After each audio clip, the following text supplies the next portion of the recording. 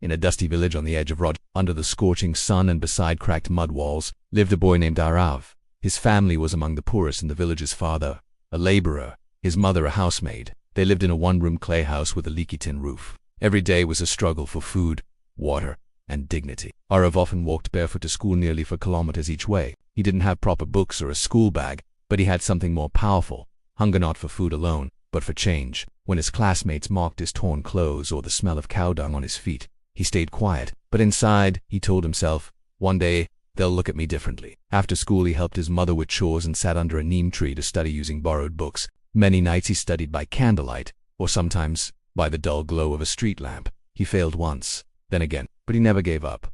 When Arav turned 16, his father fell sick. Arav had to drop out of school to earn money. He worked as a cleaner at a dhaba on the highway. He scrubbed floors, washed dishes, and served tea, but always with a notebook tucked in his pocket. He'd scribble business ideas during breaks, inspired by the people he served: truck drivers, travelers, and the dhaba owner himself. One night, after the dhaba closed, Arav saw the owner adding spices to leftover rice and packaging it for truck drivers. That gave him an idea. What if I sold affordable, ready-to-eat meals for travelers and workers who couldn't afford hotels or restaurants? He started small cooking meals at home with his mother and selling them at the bus stop with a borrowed bicycle. Some days he made 50, some days 5, but he kept going. Little by little, people started recognizing the Bojan boy with the wide smile and warm food. He saved every rupee, skipped every luxury, and reinvested it into his dream. By age 21, he had a roadside food stall.